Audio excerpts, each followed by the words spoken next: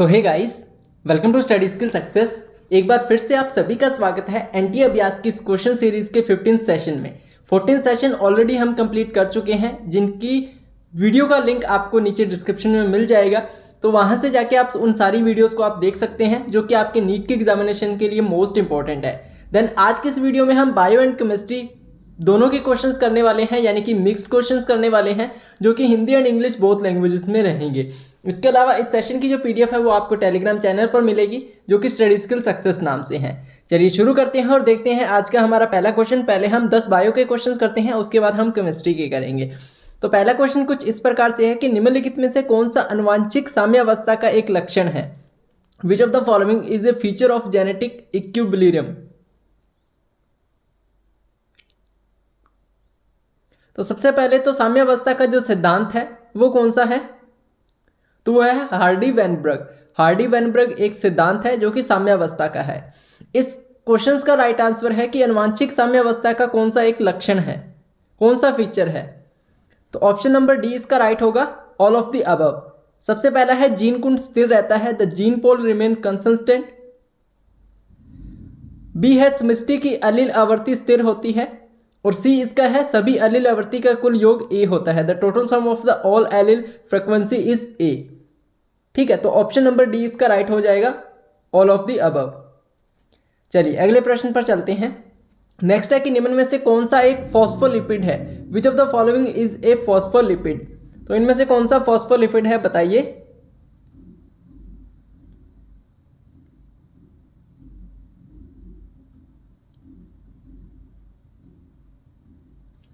तो option number सी जो दिया गया है, लेसिथिन। लेसिथिन जो है एक फॉस्फोलिपिड है, और लेसिथिन जो है वो कोशिका झिल्ली में उपस्थित, यानी कि कोशिका झिल्ली में पाए जाने वाला सबसे प्रचुर फॉस्फोलिपिड है। और ये जो फॉस्फोलिपिड है यानी कि लेसिथिन जो है वो एक अणु से बना होता है, जिसमें 2 वसीय अम्ल अणु जुड़े होते हैं और एक फॉस्फोरिक अम्ल होता है। ठीक है, किसमें? लेसिथिन में। तो ऑप्शन नंबर बी इसका, सी इसका बिल्कुल राइट ऑप्शन हो जाएगा। अगला प्रश्न है, एक प्रतिबंधन एंडोन्यूक्लियस द्वारा कटने वाले एक विजातीय डीएनए और प्लाज्मिड को एक पुनर्योगज डीएनए के निर्माण के लिए किसके द्वारा जोड़ा जा सकता है? A foreign DNA and plasmid cut by the same restriction endonuclease can be joined to form a recombinant DNA by A, B, C या फिर डी। कौन सा होगा इसका राइट आंसर, बताइएगा। तो गाइज इस क्वेश्चन का राइट आंसर होगा DNA ligase. DNA ligase, option number D जो है बिल्कुल इसका राइट ऑप्शन हो जाएगा। ठीक है गाइज, चलिए अगला प्रश्न। पुटीय रेशायता क्या है, ये आपको बताना है। काइस्टिक फाइब्रोसिस जो है वो क्या है, ये आपको बताना है, यानी कि पुटीय रेशायता। तो इसकी अगर बात की जाए तो ये ऑटोसोमल रिसीव डिसऑर्डर है, यानी कि अलिंग गुणसूत्री अप्रभावी विकार है, काइस्टिक फाइब्रोसिस। क्लियर है गाइस? चलिए नेक्स्ट क्वेश्चन पर चलते हैं। नेक्स्ट क्वेश्चन इज, अधिकांश पादप उपयोग करते हैं, मेजॉरिटी ऑफ प्लांट्स यूज। तो किसका प्रयोग करते हैं, ये आपको बताना है।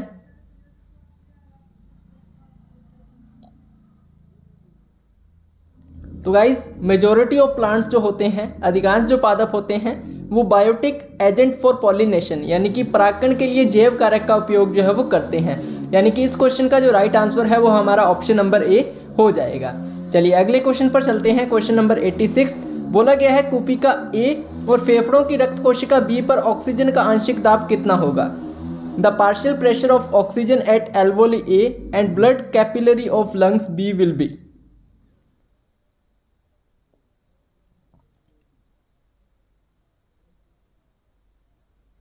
Then option number A is right, 104 mmHg and B की जगह कितना आएगा, लंग्स का कितना होगा, 95 mmg। ठीक है, चलिए अगला प्रश्न। निम्नलिखित 4 कथनों पर विचार कीजिए और दोनों गलत कथनों वाले विकल्प का चयन कीजिए। इनमें से 2 जो स्टेटमेंट्स है वो सही हैं, लेकिन 2 स्टेटमेंट्स इनमें से गलत हैं। तो आपको पता करना है कि गलत स्टेटमेंट्स कौन कौन सी हैं।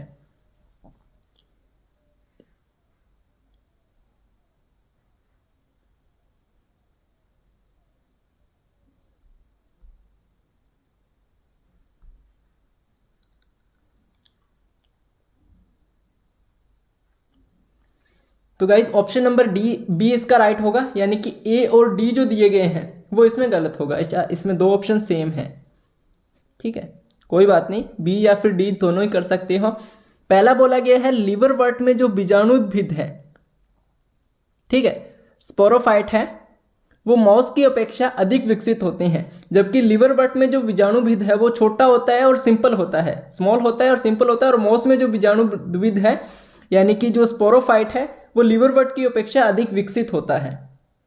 एंड डी में दिया गया है पाइनस और नर और मादा शंकु विभिन्न वृक्षों पर उत्पन्न होते हैं। In Pinus male and female cones are born और डिफरेंट ट्रीज, लेकिन ऐसा नहीं होता है। पाइनस में जो पादप उभयलिंगीय श्री होते हैं, ठीक है, और इसमें नर और मादा शंकु जो है वो एक ही पौधे पर उत्पन्न होते हैं, अलग अलग ट्रीज पर उत्पन्न नहीं होते हैं, ठीक है, सिंगल ट्री पर ही उत्पन्न होते हैं। तो ऑप्शन नंबर बी इसका राइट हो जाएगा। चलिए नेक्स्ट क्वेश्चन, निम्नलिखित में से किसे मेंडल के प्रभाविकता के नियम के आधार पर नहीं समझा जा सकता है? Which one of the following can not be explain on the basis of Mendel's law of dominance?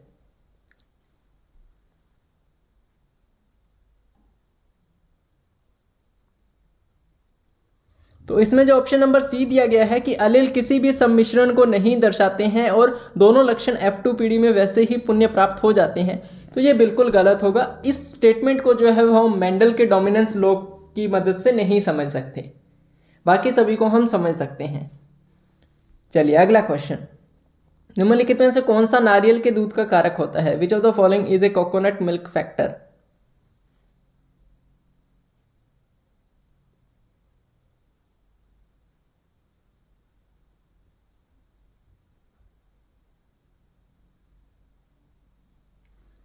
तो साइटोकाइनिन, ऑप्शन नंबर बी इसका राइट हो जाएगा। साइटोकाइनिन जो पादप होते हैं वो वृद्धि हार्मोन होते हैं, ठीक है, ग्रोथ हार्मोन होते हैं, जो कि प्रकृति में क्षारीय होते हैं और एमिनो प्यूरिन या फिर फेनिल यूरिया के व्युत्पन्न होते हैं। इसके अलावा ये जो हार्मोन होते हैं ये या तो अकेले या फिर जो ऑक्सिन है उसके साथ सहयुग्मन में कोशिका विभाजन यानी कि कोशिका द्रव्य का जो विभाजन होते हैं उसको बढ़ावा देते हैं, ठीक है। तो ऑप्शन नंबर 20 का राइट हो जाएगा, साइटोकाइनिन। चलिए अगला प्रश्न, निम्न में से कौन सा अंग सी के आकार का होता है? Which of the following organ is C shaped? ग्रहणी, अग्नाशय, यकृत या फिर अंग्र शुद्धांत, जिजुनम, लीवर, पैनक्रियाज या फिर duodenum?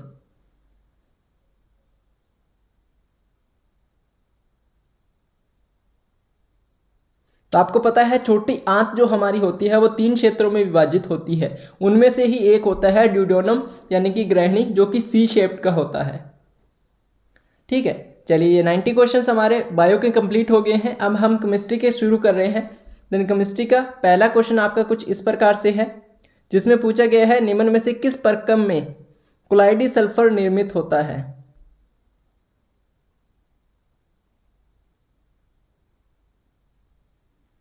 In which of the following process colloidal sulphur is formed? जो कोलाइडी सल्फर जो होता है वो फेरिक क्लोराइड और H2S की अभिक्रिया से निर्मित होता है, ठीक है, किससे? फेरिक क्लोराइड और H2S की अभिक्रिया से। तो यहां पर इसका राइट आंसर हो जाएगा ऑप्शन नंबर बी, ठीक है। चलिए अगला प्रश्न,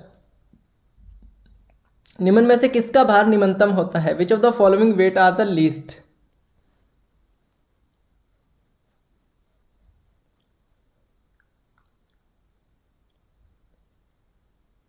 तो इजी है, यहां पर mg का भार जो है वो सबसे निम्नतम होगा। चलिए अगला प्रश्न, निम्नलिखित में से किसमें अधिकतम बंध ऊर्जा होती है? Which of the following will have highest bond energy? F2, N2, F2 negative या फिर O2 नेगेटिव?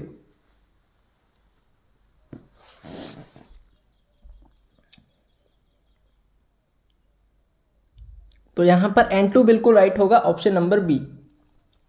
बंध ऊर्जा जो है वो N2 में अधिकतम होती है। चलिए अगला प्रश्न, C4H10O के संरचनात्मक समयावधि की संख्या जो ईथर होते हैं कितनी होती है? Number of structural isomers of C4H10O that are ethers are? तो कितनी होती है बताइएगा।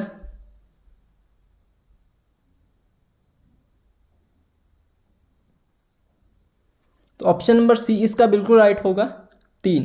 कितनी होती है? 3 होती है इसमें। चलिए अगला प्रश्न, निम्नलिखित में से कौन सा कथन H2SO4 पर प्रयुक्त नहीं होता? Which of the following statement is not applicable to H2SO4?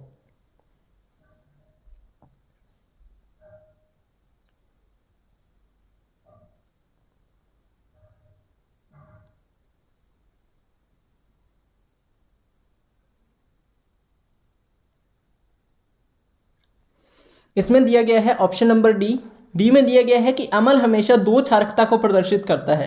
The acid always exhibits A basicity of 2। लेकिन H2SO4 जो होता है इसकी लवण की दो श्रृंखलाएं होती है, अर्थात एक तो होगी सल्फेट और दूसरा हो गया बाईसल्फेट। ये दोनों निर्माण करती हैं, पहला सल्फेट और दूसरा बाईसल्फेट। इसके अलावा यह 1 और 2 की क्षारकता को प्रदर्शित करता है। तो इसका मतलब ये हुआ कि यह सदैव 2 की क्षारकता को प्रदर्शित करता है, मतलब 2 की क्षारकता को प्रदर्शित नहीं करता है सदैव, क्योंकि ये 1 और 2 दोनों की करता है ना। तो हम ये तो नहीं बोल सकते कि ऑलवेज 2 की ही करता है, कभी कभी 1 की भी तो करता है। यहाँ पर बोला गया है अम्ल हमेशा 2 क्षारकता को प्रदर्शित करता है, तो ऑलवेज यहाँ पर गलत हो जाएगा। ये ऑलवेज जो वर्ड आया है, हमेशा वर्ड आया है, सदैव वर्ड जो आया है वो इसको गलत कर देगा। चलिए नेक्स्ट क्वेश्चन, किस संक्रमण धातु का घनत्व निम्नतम होता है? Which transition metal has lowest density?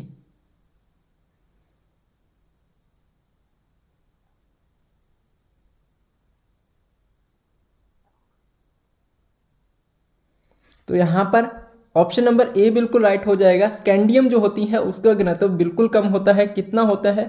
तो 3.0 ग्राम सेंटीमीटर की -3, ये इतना होता है। ठीक है, ये डेंसिटी सबसे कम किसकी होती है? स्कैंडियम की होती है, सबसे कम स्कैंडियम की होती है। ठीक है, चलिए अगला प्रश्न, आपको कॉलम 1 और कॉलम 2 दिए गए हैं, इसके बेसिस पर राइट आंसर आपको बताना है। तो इसका right answer guys option number B हो जाएगा। न्यूक्लिक अम्ल जो दिया गया है वो पॉलीन्यूक्लियोटाइड है। उसके बाद यूरेसिल जो दिया गया है उसका होगा आरएनए, थाइमीन का होगा आपका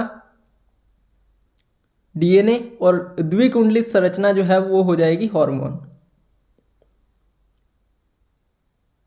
चलिए अगला प्रश्न, ब्यूटेन टू ऑन को प्रोपेनाइल अम्ल में कैसे परिवर्तित किया जा सकता है? How will you convert butane to 1,2 propenoyl acid?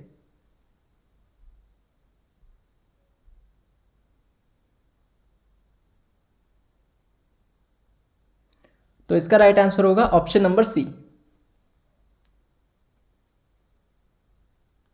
ठीक है, चलिए अगला प्रश्न,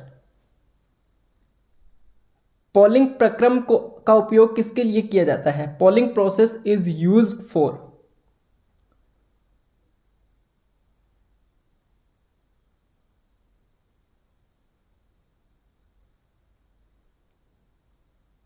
तो इसका यूज किया जाता है CuO से Cu का रिमूवल करने के लिए, यानी कि इसका निष्कासन करने के लिए।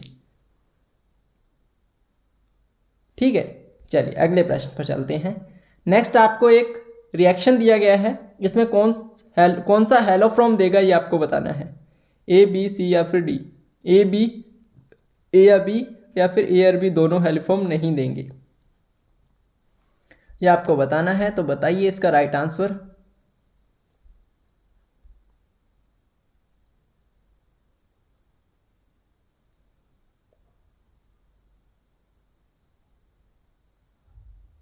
यहाँ पर राइट ऑप्शन होगा ऑप्शन नंबर सी, ए और बी जो है वो दोनों मिलकर हेलोफ्रॉम देंगे।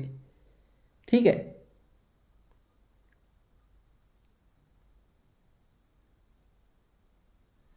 चलिए निम्नलिखित में से कौन सा प्रकाशिक साम्यावता प्रदर्शित कर सकता है? तो यहां पर इसका right option option number B हो जाएगा। ऑप्शन नंबर बी होगा गाइज इसका राइट आंसर, यहां पर गलत दिया गया है। ऑप्शन नंबर बी होगा इसका राइट आंसर। ठीक है, चलिए अगला प्रश्न। एंड आज का लास्ट क्वेश्चन है, किसमें कार्बन क्लोरीन बंध की लंबाई सबसे छोटी होती है? कार्बन क्लोरीन बंध की लंबाई सबसे छोटी किसमें होती है, ये आपको बताना है।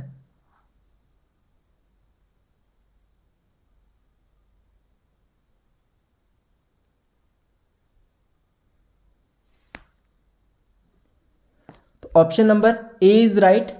इसमें क्या होता है, CH2 is equal to CH2 double bond CH single bond Cl। इसमें जो है वो सबसे छोटी होती है, क्योंकि इसके विस्थापन में जो Cl का एकल युग्म है, Cl में जो सिंगल बॉन्ड है वो शामिल रहता है, जिसके कारण C और Cl जो परमाणुओं के बीच जो डबल बॉन्ड है उसका विकास होता है। इसके कारण इसकी लंबाई जो है वो सबसे छोटी रहती है। तो ये था आज का सेशन। उम्मीद करता हूँ सेशन काफ़ी हद तक आप सभी को पसंद आया होगा। अगर सेशन पसंद आया तो सेशन को लाइक ज़रूर कीजिएगा। चैनल पर नए, चैनल को सब्सक्राइब करके बेल आइकन को प्रेस कर लीजिएगा, ताकि इसी प्रकार के सेशंस आगे भी इस चैनल पर आप सभी को मिल सके। बाकी मिलते हैं नेक्स्ट वीडियो में, तब तक के लिए good luck and have a nice day.